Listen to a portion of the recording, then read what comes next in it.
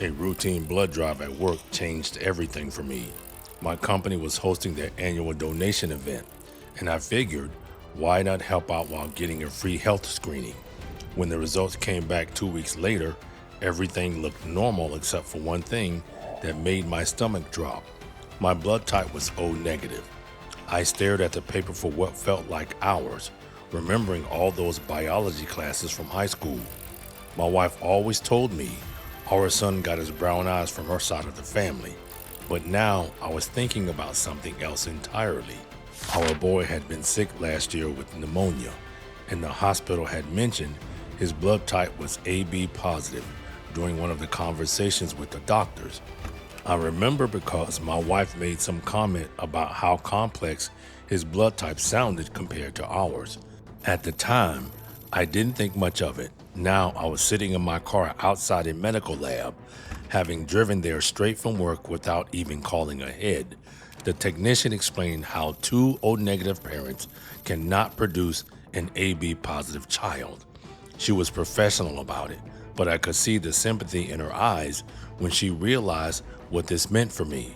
Driving home, I found myself thinking about things that had never bothered me before. All those memories from when our son was born are starting to look different now.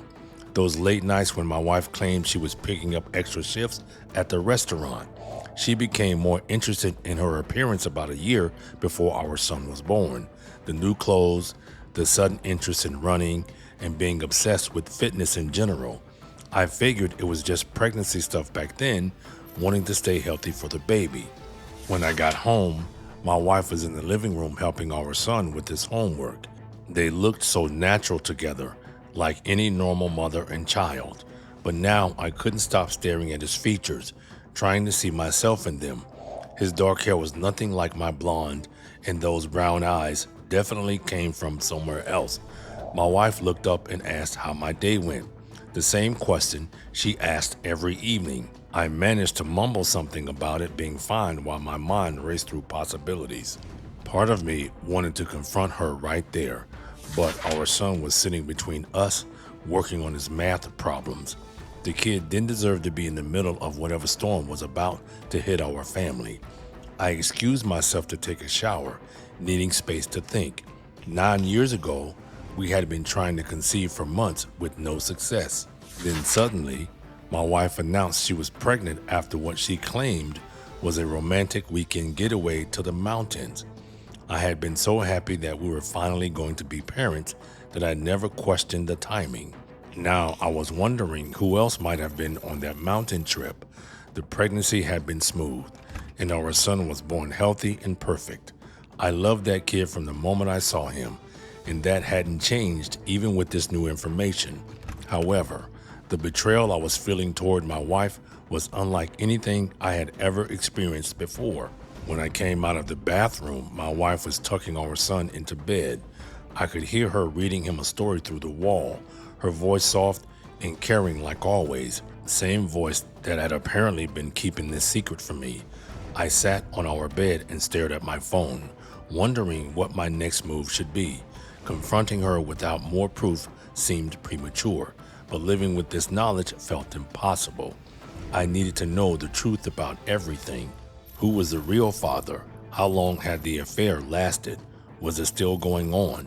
My mind was racing with all kinds of questions I needed answers to. About a month passed before I worked up the nerve to do anything about what I knew.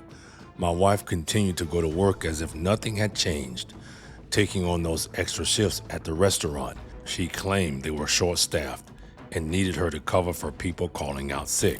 But when I drove past the restaurant one evening after she said she was working late, her car wasn't there. Maybe she had parked around back, I told myself. But something felt wrong about the whole thing. The next morning, I called the restaurant when my wife was in the shower. I pretended to be a customer wanting to make a reservation and asked if she was working that evening. The hostess told me she wasn't scheduled and hadn't picked up any extra shifts in over a month. I hung up the phone and just sat there for a minute. If she wasn't at work during those late nights, where was she going? I started keeping track of her lies in a small notebook I hid in my truck. Every time she claimed to be working, but wasn't on the schedule, I wrote it down. It didn't take long to see what was happening. She was disappearing for 3 to 4 hours every few nights, always with the same story about covering for sick coworkers. Our son never seemed to notice anything different about his mother's behavior. He still ran to her when she came home, whether it was from an actual shift or wherever she had already been. Watching them together bothered me more now. Our boy loved her completely, and she seemed to love him back just as much. But knowing what I know now made every interaction feel fake in some way. I needed to figure out who she was seeing during these missing hours. The answer came from an unexpected place. My buddy from work called me one evening while my wife was supposedly at the restaurant. He mentioned seeing her car parked outside a house in his neighborhood earlier that afternoon. He thought it was weird because she was supposed to be working. When he described the house and the street, I knew it wasn't anywhere near the restaurant. I asked him if he saw who lived there. He said a guy who looks to be in his late 30s keeps to himself mostly, but seems friendly enough when they run into each other occasionally. My buddy had no idea what he was telling me. After I hung up, I sat there thinking about what to do with this information. Part of me wanted to drive over there right away, but what would I even say? Instead, I waited until my wife came home that night. She had the same story ready about how busy the restaurant had been. She asked if our son had behaved himself and whether I needed anything from the store tomorrow, just regular stuff, but I knew better now. What my buddy told me kept bugging me. 2 more weeks passed, and my wife continued her fake work schedule. Every time she left for another supposed shift, I knew exactly where she was going. The house was only 15 minutes from where we lived. I drove past it once during my lunch break to see the place for myself. Small brick house with a decent yard, nothing fancy but well kept. A blue pickup truck sat in the driveway. I didn't stop or even slow down much. I just took a look and kept driving. That night, my wife came home with her usual story about covering for someone who called out sick. She seemed more relaxed lately, almost happier. I used to think it was because her work was getting better. Now I know the real reason. Our son was doing a school project about family trees, and he asked me to help him fill out information about his grandparents.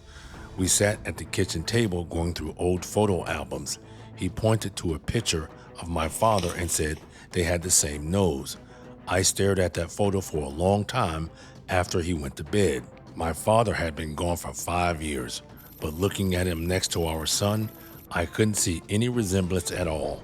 The next morning, I called my buddy again. I asked him more questions about the guy who lived in that house. He said the man worked at the auto parts store near the shopping center. Apparently, he had moved into the neighborhood about 2 years ago after a divorce. My buddy mentioned seeing him working in his garage sometimes, and he seemed to know his way around cars. That information stuck with me. My wife had been having car trouble around that same time, little things that kept acting up. She always said she found someone reliable to fix them.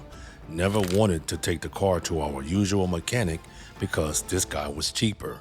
I never questioned it because money was tight with this restaurant not giving her steady hours. Except now I knew the restaurant hours were never the issue.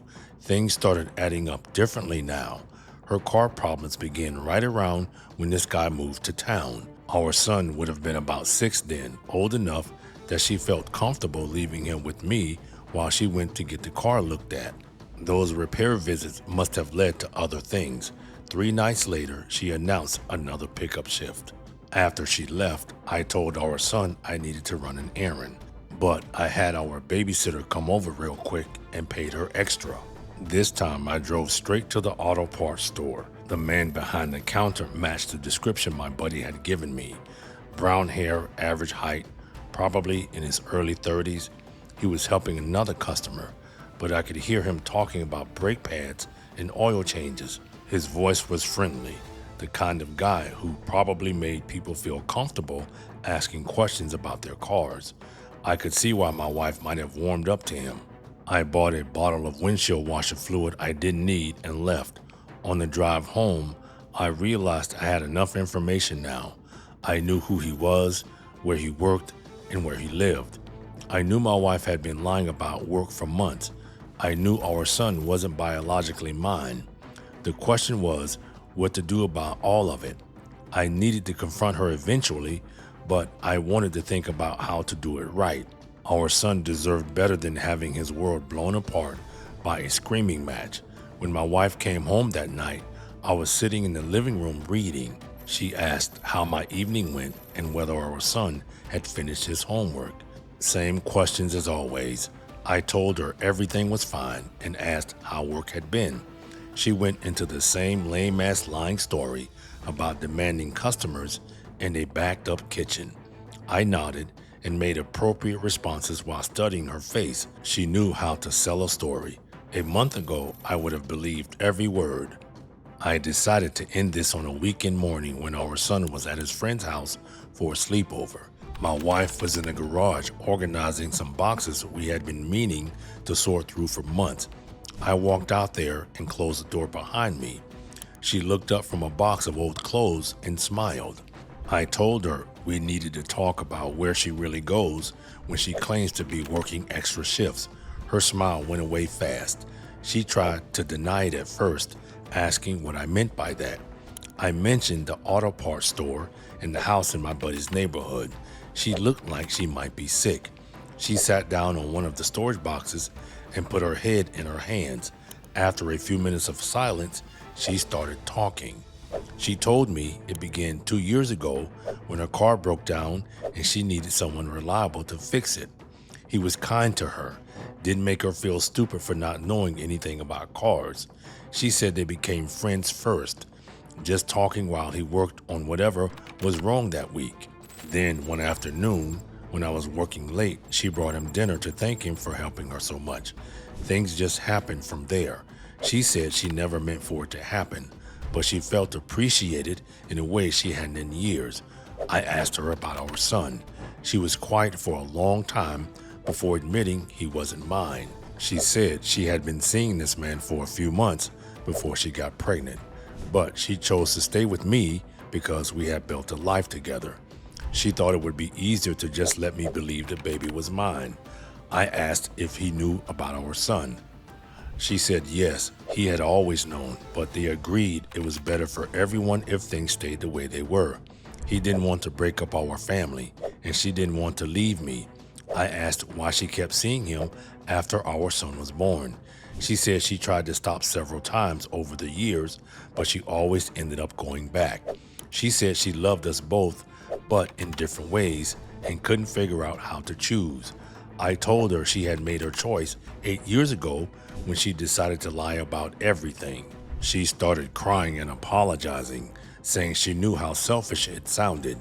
She begged me not to leave her, saying our son needed both of his parents.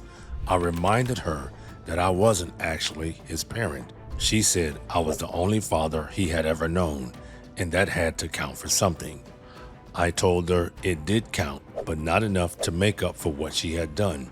I asked if she was planning to keep seeing him. She said she would stop if that's what I wanted, but it sounded hollow. I told her I needed time to think about what happens next. She asked if I was going to tell our son the truth. I said I didn't know yet. She begged me not to hurt him just because I was angry with her. I told her she was the one who hurt him by creating this situation in the first place. We heard a car door slam outside. Our son was back early from his sleepover. My wife wiped her eyes and tried to compose herself. I opened the garage door and our son ran up to tell us about his night. He was excited and happy, with no idea what had just happened in the garage. My wife hugged him and asked about the movies they watched. I stood there watching them, knowing everything was different now. Update: it's been 6 months since the conversation in the garage. I moved out 3 weeks after we talked, found a small apartment about 20 minutes away from the house. My wife kept our son during the week, and I took him on weekends. He asked a lot of questions at first about why I wasn't living there anymore. I told him his mother and I were having some problems that grown-ups sometimes have. He didn't ask many more questions after that. I never told him the truth about his biological father. Maybe I will someday when he's older, but right now it doesn't seem necessary. As far as he knows, I'm still his dad, and that's how I wanted to stay. I filed for divorce after 2 months of separation. Getting divorced wasn't complicated. I didn't fight her on custody or the house. I had money elsewhere that no one, not even the courts, knew about, so I was okay. She needed stability for our son, and I didn't want to make things more complicated than they already were. I found out through my buddy that she moved the auto parts guy into our house about a month after I left. Our son mentioned him a few times during our weekend visits. Apparently, he's teaching the kid how to work on cars in the garage. It bothered me, but I didn't let him see that. The divorce was finalized last month. I've been dating someone new for about 8 weeks now. She's a teacher with a daughter of her own. We met at a parent event when I was there with our son. She knows about my situation and doesn't seem bothered by it. Our son likes her, which matters more to me than anything else. We text about pickup times and school events, but that's about it. She tried to apologize again a few months ago, but I told her we had already said everything we needed to say. I'm not angry anymore, just tired of the whole thing. Our son is doing well in school and seems happy most of the time. He talks about both households like they're normal, which I guess they are for him now. He handles change better than I do. I still take him to his baseball games and help with homework when he's at my place. We go fishing some weekends and play video games. Regular father and son stuff. Blood doesn't change how I feel about him. He's still my kid in every way that matters. My new apartment is smaller than the house, but I like it better. Everything in it belongs to just me. Everything here is just mine. I'm sleeping better now than I have in years. I'm not the same person I was a year ago. Some days are still hard, especially when our son asks about why things changed. But most days are good now. I have my weekends with him, my new relationship, and a fresh start. That's enough for me.